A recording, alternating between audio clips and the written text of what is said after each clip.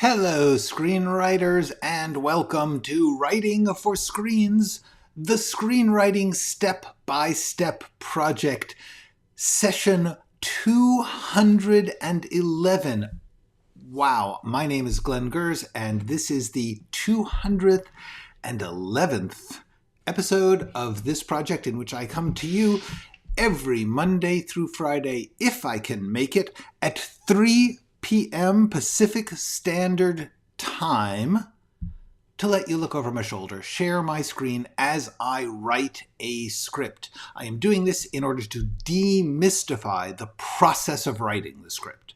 A lot of people talk about how to write a great script, or what is the universal story of all scripts, and lots of people talk about all that stuff. I'm just saying, whatever kind of script you want to write, you're going to have to figure out a process for getting all those thoughts and feelings and ideas into an outline and onto the page in terms of scenes. And that process, that basically will work the same for you no matter what kind of script you're writing. And I do think that the most helpful thing that I can give you is just to show you that process the way I do it, in case you can pick up some tips or tricks or techniques that you can use in your process. Because everybody has to figure out their own way of working. Every writer has to make their own path, their own way of getting the job done, and their own decision on what kind of work they want to do. The only thing that a good teacher can tell you is these are some things you can try as you figure it out your way. So that's what we're doing. I'm just letting you watch me walk through it and talking about what comes up as I do it, in case that's helpful. You do not need to watch 211 of these. In fact, you can just pop in now and then, get 10 minutes worth, and then say, okay, that's fine. If you find it interesting, if you find the process that I'm going through helpful, cool. But the main thing that I have to teach you is actually not here. It's in my channel's first 3 playlists. One is called Instinct. There is dramatic action. There's flashbacks. There's genres. Each one of those is a 10-minute lesson that I've tried to work out all the most useful techniques and skills on that topic, boil them down to very, very simple ways to look at it. Hope that helps you. The first of the playlists is called Screenwriting Essentials. The second one is Screenwriting Tools, Skills, and Craft. The third one is The Process, Being the Writer. I urge you to look at those. There is no money involved. You can do it at your own time. Just see if it helps you. That's your job as an artist, to figure out, of all the things out there, which ones work for you. What do you want to do? So that said, let us get going on today's episode, which is rewriting. I am rewriting. Hello, Errol Samuel. Good evening to you. Thank you for being here. All right, so this is the folder on my desktop where I keep all the basic documents. I keep the text, the outline, some notes that I make as I'm working, an overview where I sort of summarize the big picture stuff that is not in the outline. An outline is just a list of scenes. It's a place to work through the problems of each scene. And so oops, there it is.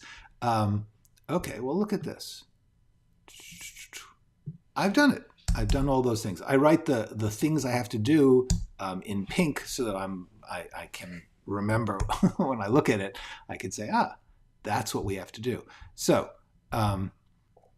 if you want to know more about my concept here of thinking in scenes, I urge you to take a look at this video.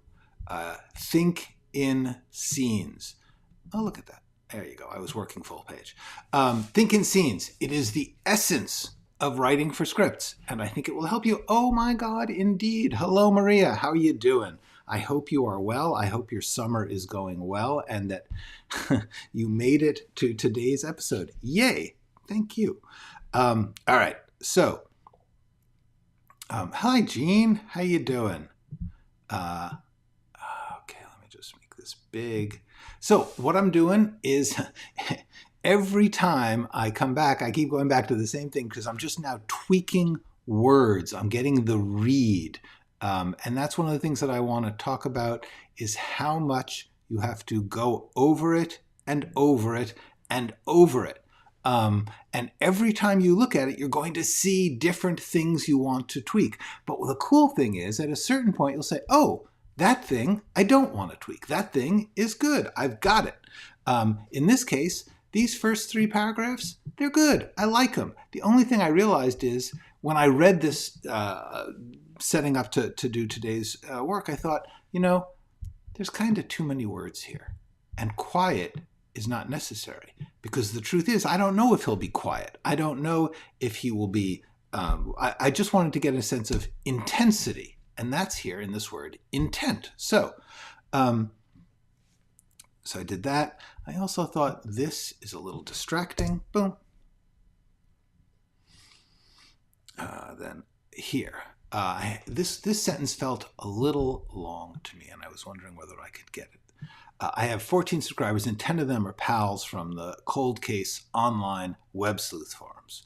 Now, I think pals is unnecessary, and I think online. I don't think he would say online. I think he'd say Cold Case web sleuth forums. That's better. Shout out to all you crackers. Then I thought, this bit here, no one cares, that's actually after a transition. This is something that I do. It is not a rule. It is not the right way to write scripts. There is no right way, except you do want to keep to the basics of format. And in case you don't know, I did a video on format, which looks like that in the things, my channel. So I urge you to look at that because it's just really, really simple. And once you get the format, do what you want. So here's the thing. This little beat thing here, see that beat? I use that beat to break up sections of dialogue. In other words, this is a long speech. This person is making a speech because he's doing a podcast, so it's legitimate. He has a legitimate reason to be speechifying. However, the thing about it is that within a speech, there are very often turns, transitions, changes of mood, changes of topic. And in a written document, you would do that as a paragraph break. However, you don't really do that. You don't have paragraph breaks in dialogue. You wouldn't do this. Boom. And then indent. I don't even know if you can. Yeah, I don't think you can't indent. Like if you did that. That's how you would do it in prose. But we're not in prose. We're in script format, which is a freaky thing invented originally by the studio system in Hollywood. That is why this format exists. It is not some kind of universal artistic truth. It's just a way of certain business operated at a certain time. So here's the thing. No one cares. That's really after the transition. In other words, he's saying, no one's listening to this podcast, and then he talks about exactly how few people are listening to him. So he's saying, no one is listening to this podcast. And actually now that I think about it, in a way, no one cares. Here's the thing. It's like he's getting lost in his thoughts. He's saying, no one's listening to this podcast. I know that. I have 14 subscribers, and 10 of them are from the Cold Case web sleuth forums. Shout out to all you crab crackers. Okay, he's gone off in a bit of a detail, and then he gets back to his point. No one cares. So I put this little beat to suggest a transition. So that is what I'm doing. That is the level of thinking I am at this point, which is that you are trying to guide the reader's eye and mind to understand the things that you don't have to work with. You don't have performance. You don't have production design. You don't have the camera. You don't have editing. You don't have music. All those things that go into making the cinematic experience, the screen entertainment experience, screenwriters don't get to use those. All that screenwriters get to use is words on a page. So you want to use those words in such a way as to hint at, to subliminally suggest the things that happen on a screen. In this case, performance. So that's what I'm doing. I'm going to take a moment to say hi to people. Hi, Di. Hi, this is Kitschy. Hello, Crime Crackers indeed. Hello, Larry. Good to see all of you. I am just talking about the really little, like the I am almost done with this scene tweaks. I'm feeling good about this scene, actually. And this is how it goes when you are a professional writer. You just every day you look at it. Sometimes you have to not look back at the scene. You don't want to start at the start, because I have gone over this scene almost too many times. I have gotten to the point where it's like, leave it alone. You have 70 other pages that need working. Stop fixing the first one. But on the other hand, if I can get one good, like this page is good enough to show somebody, that kind of strengthens you on your path. And it also gives you a vibe, a tone. Like, I now know what this script feels like a little better than I did while I was writing the rough draft. So that's what I am doing right now. I'm just moving through. I realize, here's the thing. Identifying in all caps is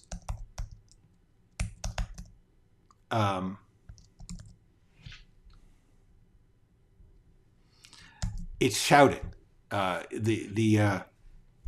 Within dialogue, capital letters tends to imply, I believe, loud volume. And I don't mean that. All right, so I don't mean that he's shouting. That's why I decided to make it underlined. Now, technically, underlining, this is an obscure thing, but it's on my mind. Underlining is emphasis. There's push to that word. He's emphasizing that word. Here's the thing. The actual meaning of underlining is italics. In other words, back in the day when this typeface was from a typewriter, you couldn't do italics. So that's why they had underlining, because you could do underlining. You could run it back and underline under it. That is what underlining means. Okay. Hello, Dieter. Very nice to see you. I'm glad you're here. Okay. Now, then, I was wondering whether this beat, it's probably okay. Because this is the thing.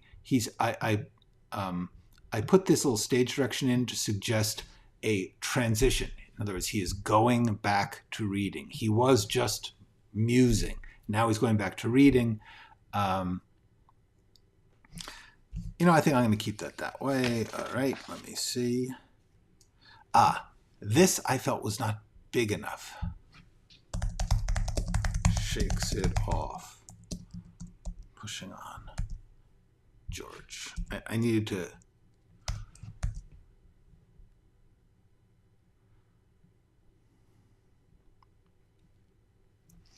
Okay, so, because the thing is that as you're reading this, I need to make clear things that are happening that are not verbal and they're not really actions. In other words, like, George is feeling things, and I have to figure out how to tell you the rhythm of his being poisoned, of his being overcome.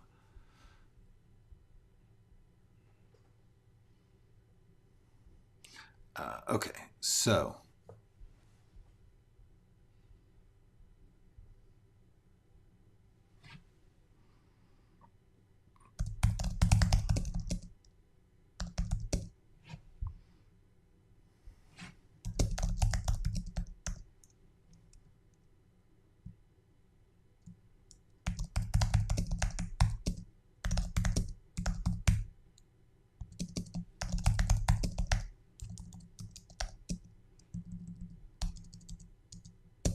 his fingers cannot feel.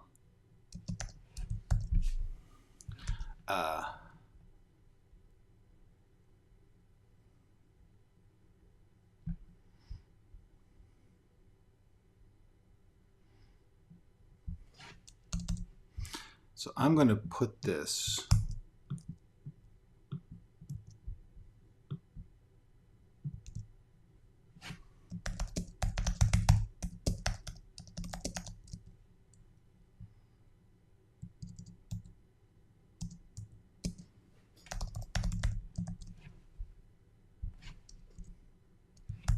Okay.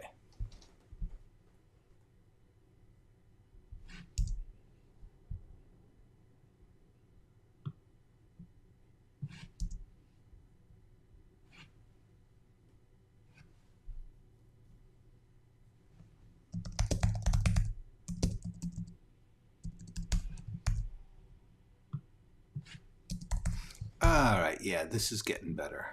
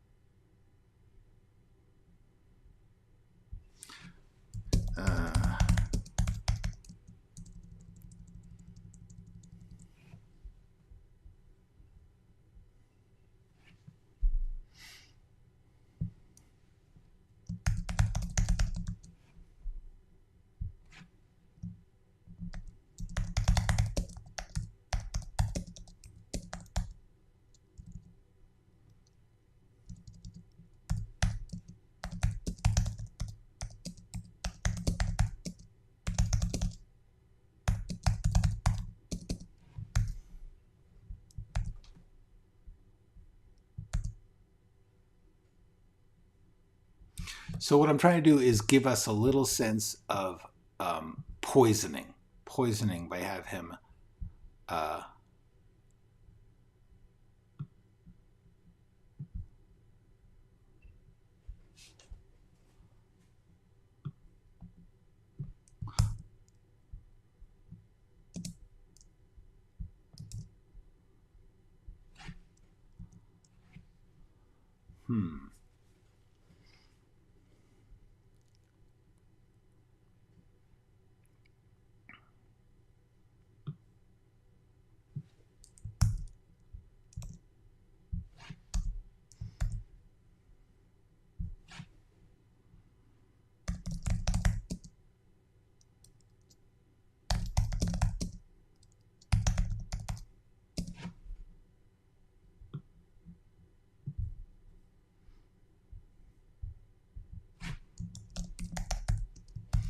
Okay, so what I'm doing here, I'm just trying to hype up the poisoning because it's a big deal.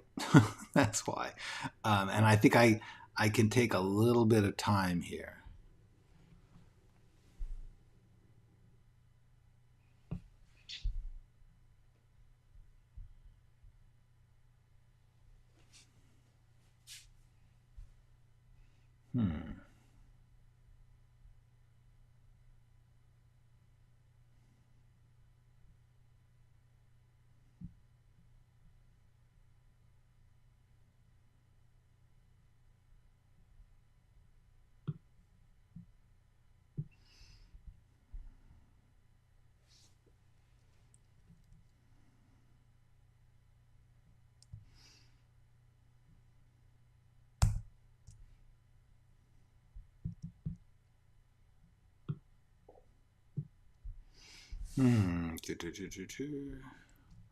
Okay.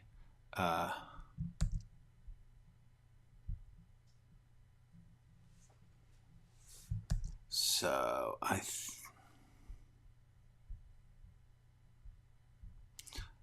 I'm just hyping things by capitalizing them.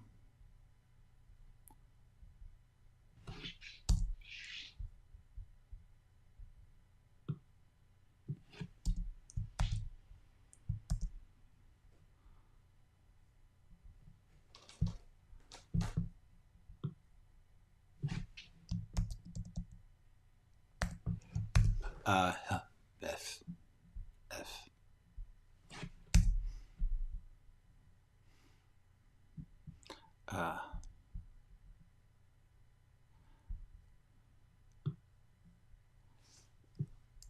Okay, it takes 2 or 3 convulsions toward his rundown clapboard house.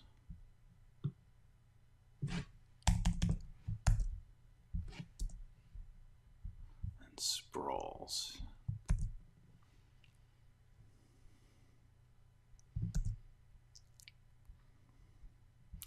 Okay, I see you, Kenny. I will answer you in just a second.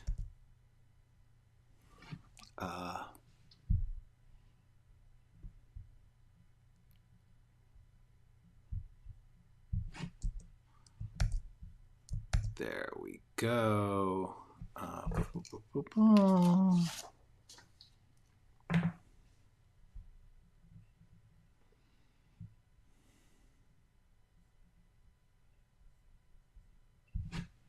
Coffee drips off this table. There we go. Okay, so what I'm doing here is trying to get some sense of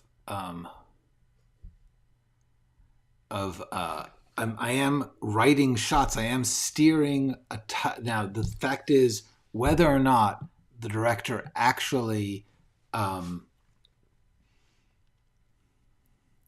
I have to think about this because I kind of, in fact, you know what I'm going to do?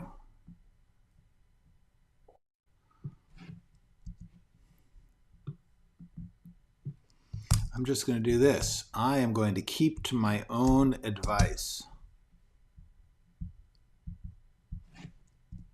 Look at that. Okay, instead of saying we stay in the garage, I am simply writing things that can only be seen if we stay in the garage. So coffee drips off his table on the laptop screen, the website Crime Crackers. And then George twitches and dies.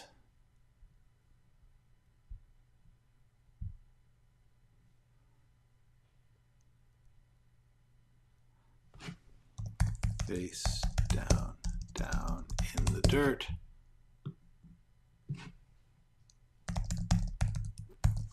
Okay, so all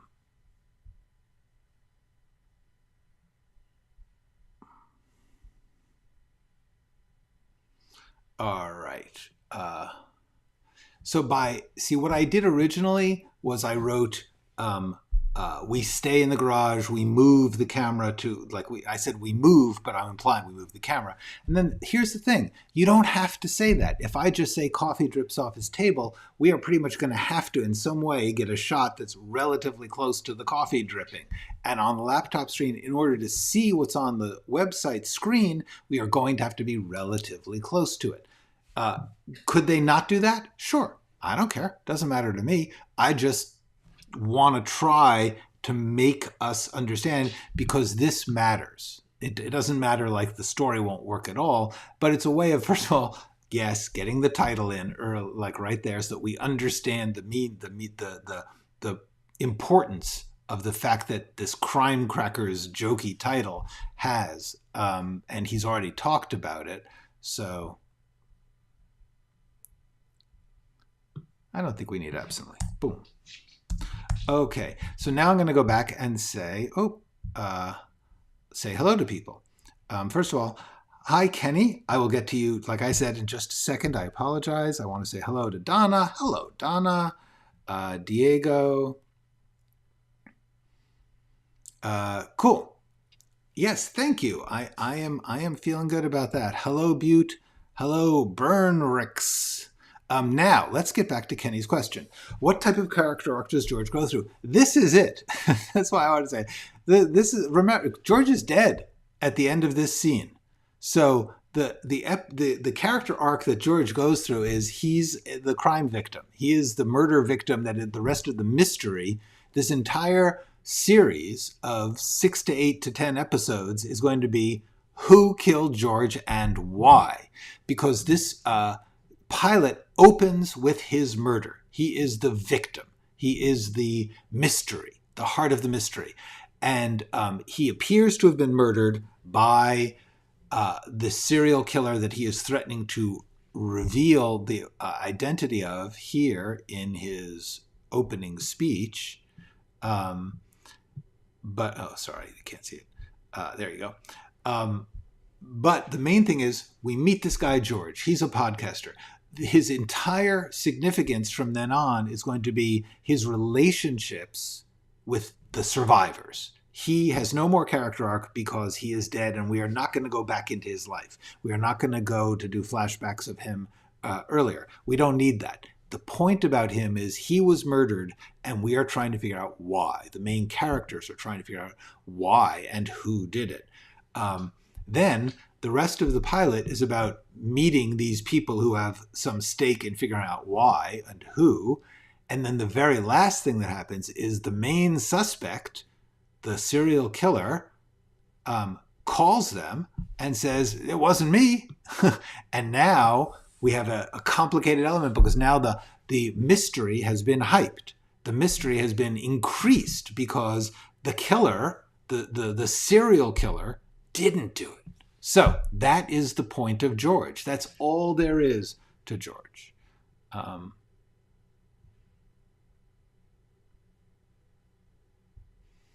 know what? I'm going to boom. Look at that. Okay. So, yes, the character can have an arc after death in that sense, in the sense that, like, if people are, in this case, if the investigation into what he did reveals more and more about him, yes, absolutely, the character can have an arc after death. Although, yeah, I would say that the character is being revealed, unfolded, understood after death by the actions of the other characters. So their arc and his arc are kind of interrelated. But yeah, no, you can do that. You can do a story, Citizen Kane, although that doesn't really count because you're flashing back, and so he has an arc in the past. Okay. Hi, Dana. C. Scott. I started going these from 1 onwards, get a better idea of the plot. Also, the early sessions make me feel better about my haphazard early brainstorming. That is because haphazard early brainstorming is a normal part of the process, which I would be happy to indicate in this video that I did, brainstorming and scrap piles. Brainstorming is a useful and frankly underanalyzed part of writing. You actually every time you write, you do little mini brainstorms. Like I just did a bunch of mini little brainstorms trying to figure out how to express these things that I was editing, that I was rewriting, that I was currently writing again.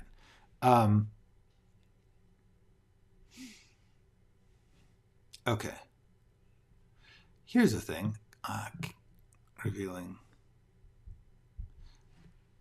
it is.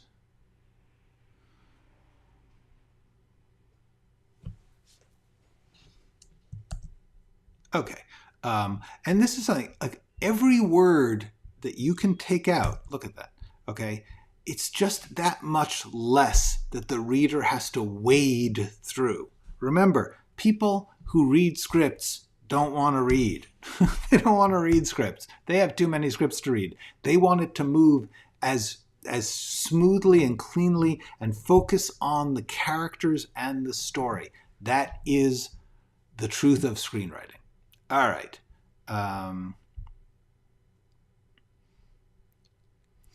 How about a scheduled community challenge spin-off for the pilot, for the step-by-step series, like a prequel arc or choose outside the line you are working on? In the sense of, because remember, I am actually doing this to educate you, to teach, and I'm trying to figure out what that would teach,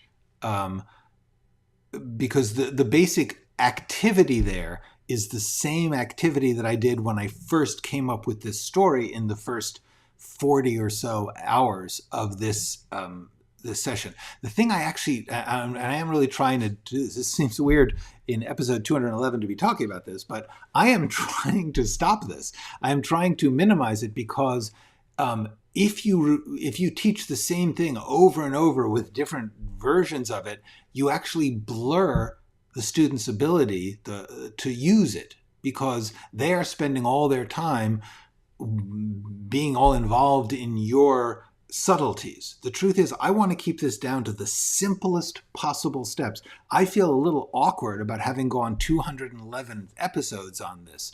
And frankly, I'm going to be stopping it soon because we're going to get to the point where you're not really learning anything from my doing this. It's fun. I like doing it. It's a cool thing to do with you guys, but I'm afraid of actually making it harder for someone who is trying to learn this process to be able to hold it in their head. The main thing I try to do, the thing I try and do that I think is different than other screenwriting teachers is I want to give you as little as possible in terms of work to do. I want to give you the simplest index card, Instagram picture, fortune cookie mantras to be able to then apply to your own work so that you don't spend your time saying, oh, I have to remember this whole valid, gigantic theory. I don't want that. I want you to have tools, literal items you can pick up that are unrelated, like the screwdriver and the hammer are separate things and you use one or the other. You don't have to use them both at the same time and you don't have to put them all together. You don't need the toolbox to be the point. The point is the tools are being used in the moment you need them. So as much as, but what I will do is I do have some community challenges and spin-offs, not spin-offs, but activities planned, which frankly, when I get done with this, I will do. The main one I want to do is what I'm calling the bad idea challenge, which is, and you can start emailing me these, don't put them now. The idea is, I do not believe there is such a thing. Here, let's take this off the page for a second. I do not believe there is such a thing as a bad idea. I think a lot of Hollywood oriented screenwriting teachers talk about how important a good idea is and how a bad idea will kill your project and blah, blah, blah. I don't believe that for a second. I believe that any idea can be good or bad depending on what you do with it. It may or may not be Hollywood's cup of tea at the moment. However, a lot of things that become enormous successes are bad ideas. I got to tell you, I'm pretty sure that Dancing with Wolves was a bad idea before it became a hit. I suspect that, so many things. Honestly, Iron Man was a bad idea before it launched the universe. These are all things that are bad ideas. So what I want to do is just have you give me bad ideas and let me see what I can do with them, because I believe that you should get an open mind. The other reason to have a bad idea a policy, like no bad idea policy, is if you become lucky enough to get involved in the business, people will be giving you bad ideas all the time. And they will be saying, this is a good idea. And what's more, I have the money to prove it. I will write a check to a person who will write this idea. And they'll say, how would you do it? And a part of you is going to say, that's a bad idea. But it's not. Find the way to make it a good idea. That's the thing. Because that's the job. When you are in a writing room, you need to be able to say, honestly, a lot of the time that you are working on a staff of a show, someone else will come up with an idea that you think is bad. Sometimes it's the showrunner, or sometimes somebody else at the showrunner likes their idea, and they say, okay, let's go in that direction. Let's make this character suddenly turn out to be a nun who has escaped from the convent and is working in a stripper joint. Sure, why not? Okay, not my favorite idea. What can I do with that? How can I make that interesting? How can I make it something that I think is valid, that I want to watch? It will happen every day of your life if you are working on a series or, frankly, on a movie. The people come up with terrible ideas, but they're good if you find the way to make them good. So that's the bad idea challenge. You can start emailing me at writingforscreens.com. Hold on, let me give it to you. writingforscreens.com. You will find a contact me button. You can go there, or just writingforscreens@gmail.com. Send me bad ideas. Say what you think is no one could make this good. This is just a terrible idea. Let's see if we can make them good. That's going to be our community challenge when we get to that. Diego. All right, back to this. Hello, Maritolatoso. That's okay. You made it. You still got half an hour here. Less is more. Exactly right, Kenny. That is generally my job. Better Call Saul started as, yes, exactly. Things that you would think are a bad idea can turn out to be great ideas. So, all right. Anything more than this murder history, per example, use a gray area. Challenge would be to exercise. Yeah. Well, honestly, you should do that. You should do that for yourself, not with my characters because you don't own them. Do it with somebody that I want to always turn you back to your work. That is my goal, to say the cool thing is, what can you do with some character that the challenge would be, what are you going to do? What are you going to do with this idea? What are you going to do with this character? What are you going to, and the fascinating thing is everyone will do it differently. That is the truth. Okay.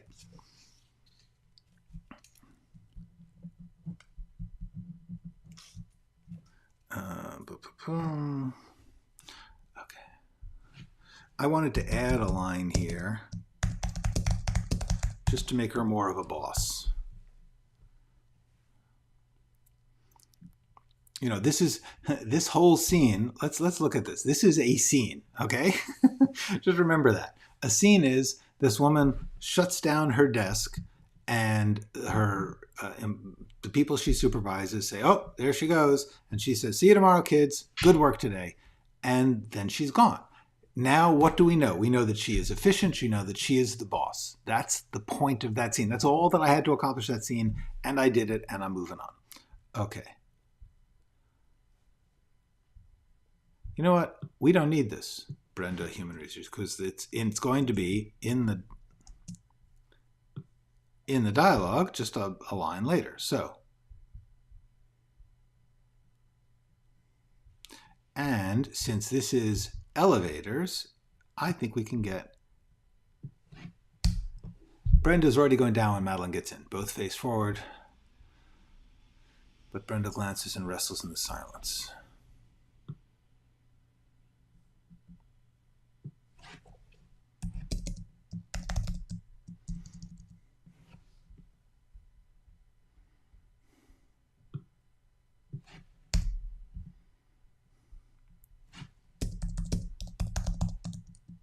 Until we have a meeting tomorrow. There we go. I cut a line. And the main point about cutting a line is, yes, I'm trying to get it down a couple pages, but the main thing about it is, as you read it, you just don't want clutter in your brain. What do I care about glances and wrestles? What do I care about gets into the elevator when I already know it's an elevator? I want you to focus on the moment. I want you to get into the scene. That's what I'm doing here. Okay. Oops. So, in addition to less is more, I've also heard 1 and 1, 1 and 1 plus 1 equals 1/2, meaning that saying or something twice less. Yes, I absolutely agree. That is actually really good. I'm not sure if the math works because I don't mean mathematically. Obviously, that doesn't work. I mean, 1 plus 1 is kind of the job. So I think that 1 plus 1, it would be more like 1. Well, I guess it is 1 plus 1 because what you really want is 1 plus 2, and then you get 3. Do you see what I'm saying? I'm saying the problem is 1 plus 1 is that 1 is twice. So therefore you don't want to, you get it. Nathan, I agree with you. Nathan is right. 1 plus 1 equals 1/2 in the sense that 1 twice is half as powerful as 1 once. Although now and then, 1 plus 1 equals 3 when working with very large numbers. Yeah, that's true. It's actually 1 plus 2, I think. But what the tricky thing is that sometimes 1 plus 1 plus 1 equals 1. Because sometimes you want to repeat something 3 times. There's a famous rule of 3 in that, I guess it's 1 plus 1 plus 2. There's less math than you would think in writing. Okay. All right. Okay, so here's the thing. I'm so sorry is realistic, but then Madeline says, I'm sorry, and then Brenda says, I'm sorry I couldn't help it. And this I'm sorry I couldn't help it is the one that matters. So I'm just going to take out this I'm sorry because it's just not necessary. Yes, I'm not supposed to tell you. I'm not supposed to tell you yet. All right, there we go. Because it's not about the lines; it's about the mental space. Yes, I'm not supposed to tell you, but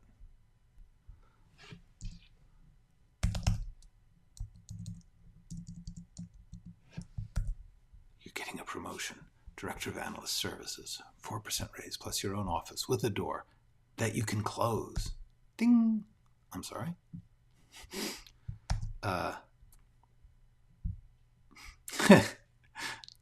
Oh yeah, I knew it was a joke. Because very large numbers wouldn't be 1. I got it. I am math illiterate, but that one I knew. Okay. My bad idea is so good that your mind will blow up. Money back guarantee. I'm telling you, I believe that's it. Yes, exactly. Saul Stein's idea. Good. I like Saul. I don't know who he is, but I'm into it. 0.1 plus 0.2 does not equal 0.3.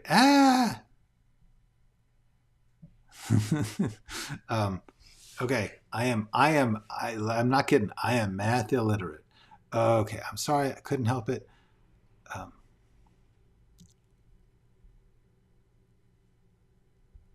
not supposed to tell you. I'm not supposed to tell you yet, but you're getting a promotion. I'm sorry. I couldn't help it. I know. That's great. I know. I should. I'm sorry. I just couldn't. I just couldn't help it. I'm sorry. I couldn't help it. I just love it when a promotion is righteous. 24 years. Worked your way up. First woman in your department. First female supervisor. You go, girl. Okay. This is... I don't think we need takes a deep breath. That's over-directing. Could I say no? Why would you say no? I don't know. More meetings, right? I don't know. And a door.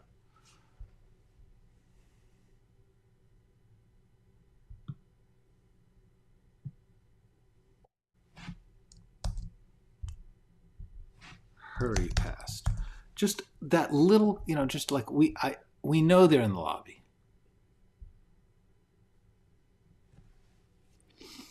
Can I get the money in the door without changing what I do all day? No. Okay, then. No.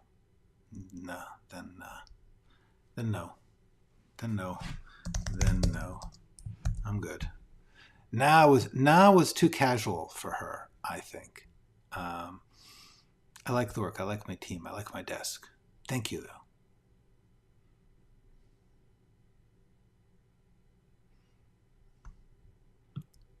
Now,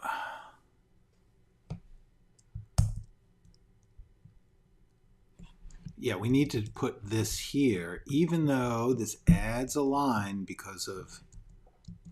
Yeah. You okay?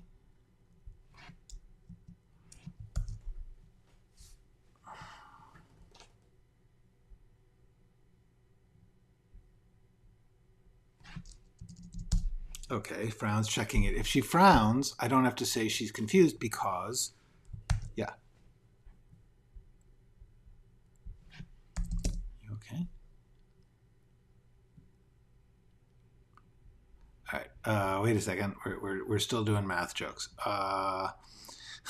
From theoretical physics perspective, 1 + 1 + 3, it's true even you prove that an elephant can hang off a cliff with its tail. Yes, I have heard about that. I am as physics challenged as I am math. It's because of the bit limitations. Oh my God. All right. Not this time, but maybe streaming consciousness is a way of getting down without self. Sure, we can talk about that now. That's okay. As far as the math jokes and physics goes, you go. I'm okay. I just don't have much game in there.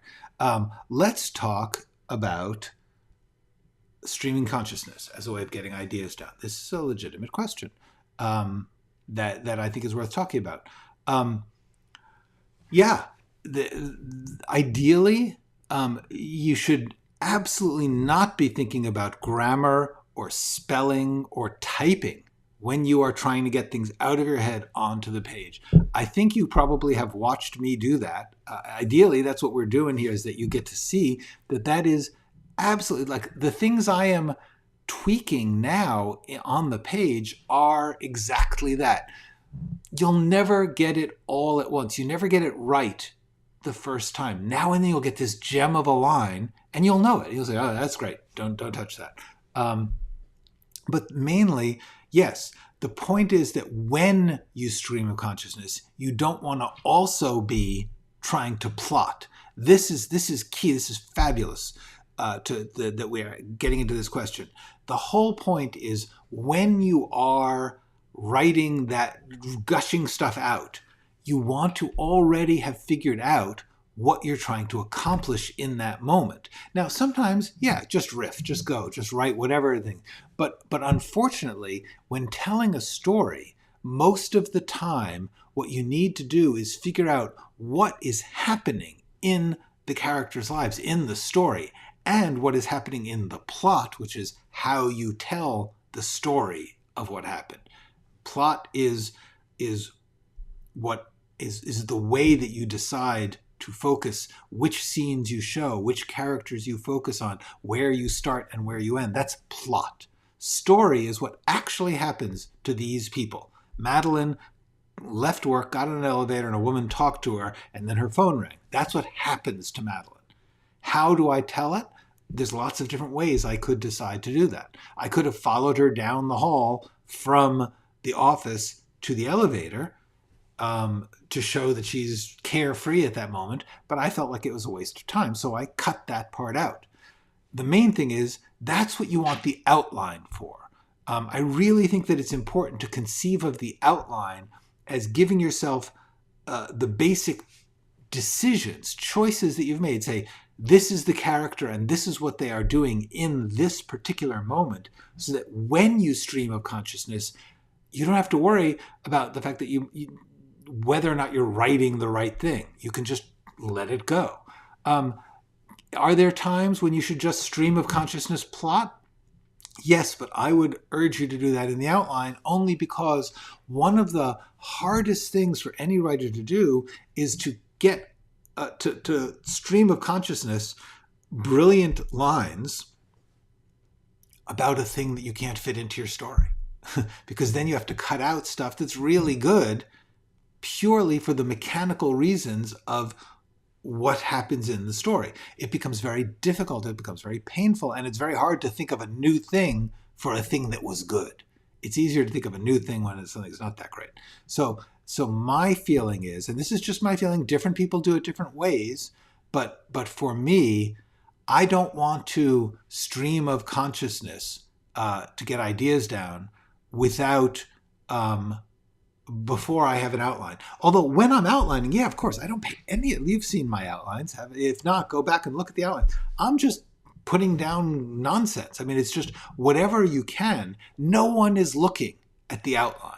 So you can just, it doesn't matter how you type it, you can just say, peanut butter story, because you know what that means. That's fine. I believe that when you stream of consciousness the text, you ideally want to know a little bit about where you're going. Sometimes you don't. Sometimes you just describe their room for an hour. Sure. Okay. So does that help you, Dana C. Scott?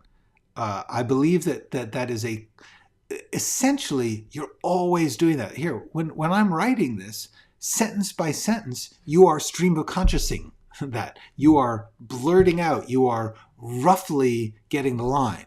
Just a sentence. Sometimes you can do a page, sometimes just a couple words. Doesn't matter. That's part of the process. You're constantly going in and out of that free flow. Okay.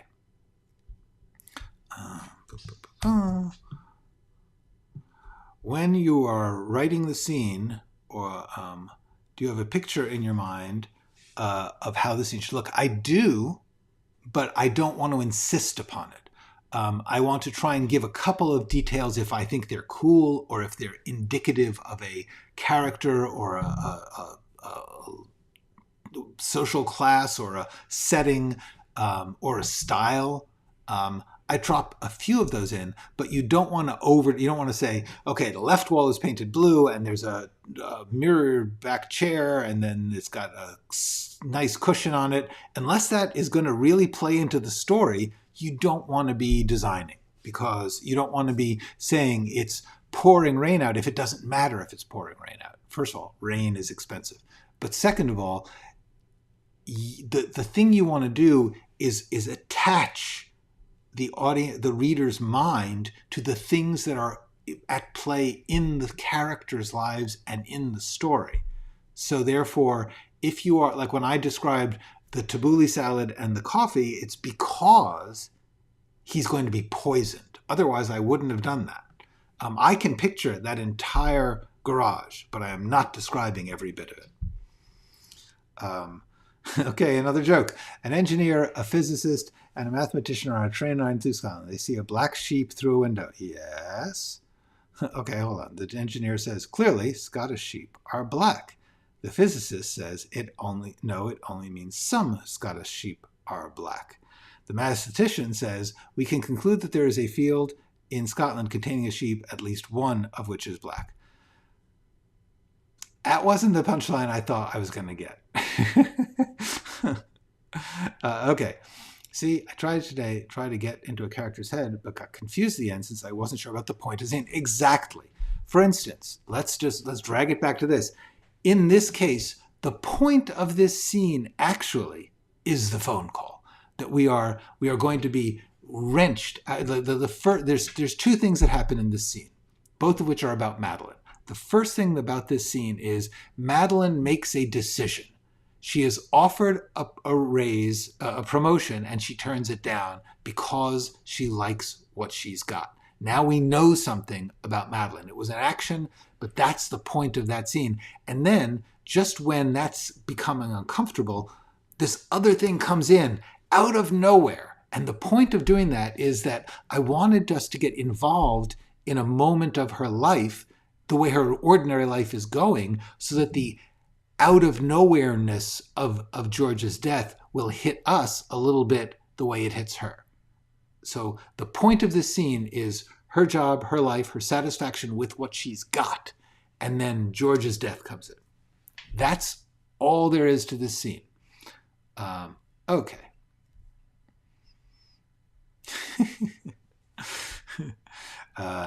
Tavana, what are you doing up so late? Okay. So we are about to conclude. I am just, I'm just going to try and get this. I'm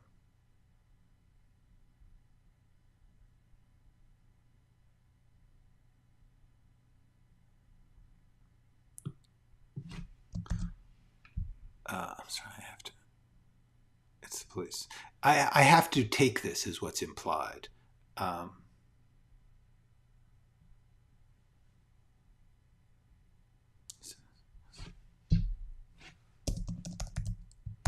I just wanted to give a sense that she's hearing more information. So,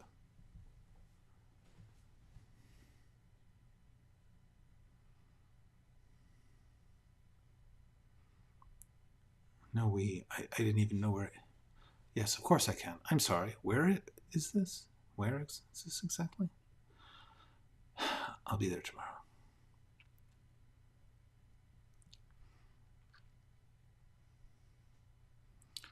Not sure exactly how to say this. My husband is dead. Stunned. Wait, did I say stunned already? No. There we go.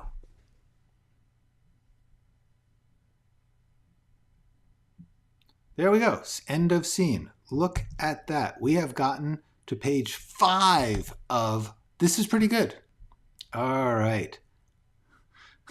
I don't know. First of all, the Scotland thing threw me towards MacGuffins, but I don't want to start criticizing or analyzing jokes. I'm just going to say, yeah, musicians. It just seems like it's just what a mathematician would say. All right. Okay. Yeah. No. Keep Dana, you are not going in the wrong direction. You're going in the right direction. You tell a joke about screenwriters, please, please. Okay, the only joke I know about screenwriters is this. We're gonna end on this. Um, well, damn, Tavana, I'm so sorry. I am really, I'm so sorry that is why you are late. Um, I'm hoping that that beautiful service is what will sustain you and stay with you for a while. It's lovely to see you here. I'm sorry we're not staying a little longer. I will tell you a joke in case it happens to help. Um, and I hope you get some rest and let the loss be part of your life for a while. That's my opinion. It's my advice is sometimes we rush away from feelings. And personally, I kind of think it's one of the things that writers have to do is learn to live in feelings. Okay. Okay, here's the joke. Here's the joke we're gonna end on. It's an old joke. It's from the studio era. It's somewhat sexist. I apologize. Just remember, it's from the 1940s. There's a famous joke about the starlet who was so dumb she slept with the screenwriter. That's the joke. The point of this joke is not that starlets should have to sleep with people to get jobs, but the joke is screenwriters can't help anybody. They are not powerful. That's the joke. Starlet was so dumb she slept with the screenwriter. It's an old joke. I fully recognize that it's no longer appropriate to joke about people being forced to sleep for jobs, but it is kind of a good joke. Anyway, that's my opinion. I hope. Thank you, Nathan. Tavana, please get some sleep and be well. We all wish you the best. And with that, oh, listen, Monday, I ain't going to be here. I got some family stuff I got to do Monday afternoon, so I will be here Tuesday. Until then, have a great weekend. Thanks for helping me get this written. Look, we're 5 pages in. Okay, that's it. Go write something.